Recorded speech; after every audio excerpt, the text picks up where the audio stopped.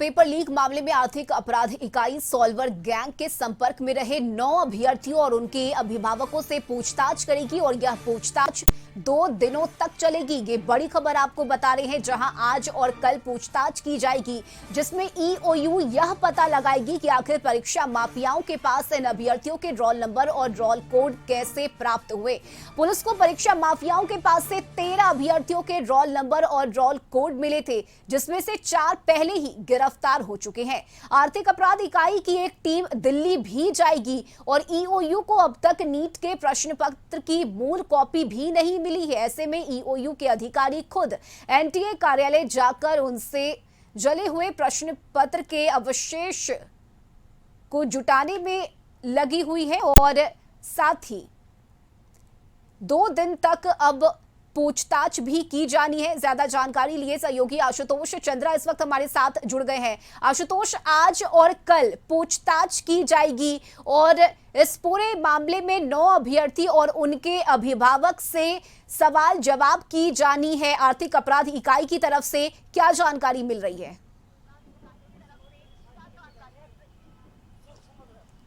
नहीं, बिल्कुल।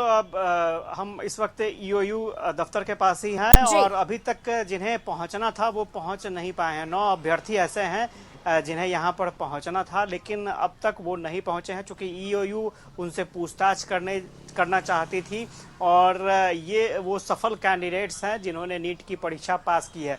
दरअसल बिहार में सबसे पहले ईओयू ने एग्जाम से पहले ही इस बात का खुलासा किया था कि परीक्षा पेपर लीक हो चुकी है और उसके आधार पर ईओयू की रेड भी हुई थी।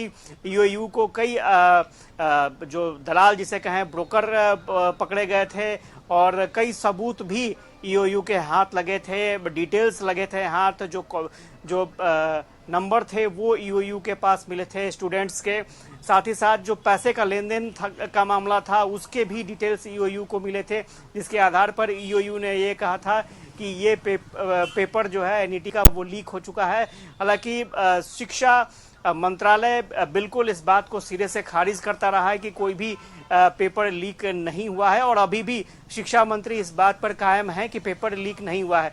लेकिन ईओयू के पास जो दस्तावेज हैं वो बताने के लिए काफी हैं कि ये गड़बड़ी हुई थी और चूंकि जिन 13 जो स्टूडेंट्स का नाम सामने आ रहा है उसमें से कुछ की गिरफ्तारी भी हुई है और कुछ को शक के आधार पर पूछताछ के लिए बुलाया भी गया है, लेकिन वो अब तक नहीं पहुंचे हैं।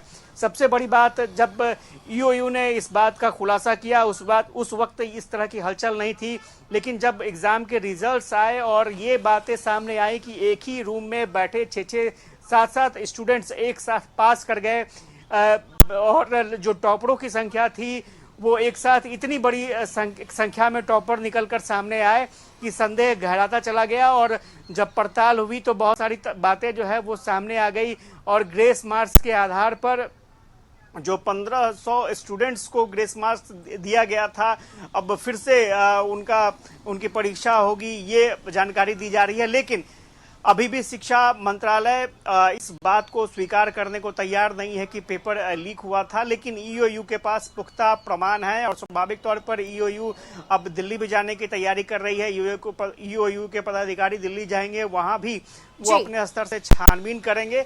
लेकिन फिलहाल ये कहा जा सकता है कि ये पेपर लीक का जो मामला था वो सबसे पहले बिहार में उद्भेदन उसका हुआ था और अब ईओयू अपने स्तर से जांच पड़ताल करने जा रही है। जी बिल्कुल आशुतोष, और नीट पेपर लीक का ये मामला लगातार तूल भी पकड़ता जा रहा है। इस पर सियासी बयानबाजी भी शुरू हो गई है। अभ्यर्थियों की तरफ से भी ये मांग की जा रही है कि जल्द से जल्द जांच हो, खुलासे किए जाएं। फिलहाल जो पूछताछ का सिलसिला शुरू होना है, क्या लग रहा है कितनी देर में जिन्हें बुलाया गया है पूछताछ के लिए वो पहुंचेंगे और जो सवाल किए जाएंगे ईओयू की तरफ से उसमें कौन कौन से सवाल हो सकते हैं?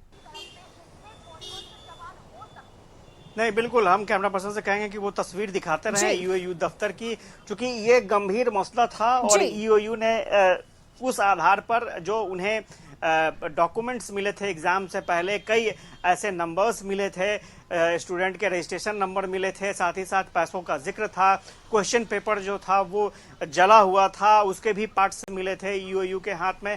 तो स्वाभाविक तौर पर ईओयू ये पूछताछ करना चाहती है कि आखिर स्टूडेंट्स अभ्यर्थियों के पास के नंबर उन दलालों के पास, उन जालसाजों के पास कैसे पहुंच गए, और ये जो पैसों का जिक्र हो रहा है वो पैसों का जिक्र में उनकी क्या भूमिका है। 30-30, 32-32 लाख रुपए पैसों की बात की जा रही है।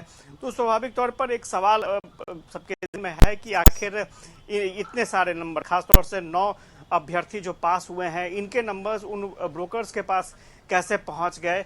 तो इन तमाम चीज़ों की जानकारी ईओयू चाहती है और ये सवाल ईओयू पूछेगी उन सफल अभ्यर्थियों से जिनके नंबर्स ब्रोकर्स के पास मिले थे, जालसाजों के पास मिले थे। हालांकि अब तक पहुंच जाना चाहिए था उन लोगों को, क्योंकि उनमें कुछ गार्जियन भी थे और कुछ अभ्यर्थी भी थे। उन सबसे ईओयू पूछताछ करती, लेकिन अब तक वो नहीं पहुंच पाए हैं और देखना दिलचस्प होगा कि ईओयू की टीम आगे क्या करती है। लेकिन अब तक जिनसे पूछताछ होनी है वो ईओयू के दफ्तर नहीं पहुंचे हैं। जी बिल्कुल आशुतोष, नजर बनाए रखिए, अपडेट आपसे लेते रहेंगे। फिलहाल बहुत शुक्रिया आपका तमाम जानकारी के लिए।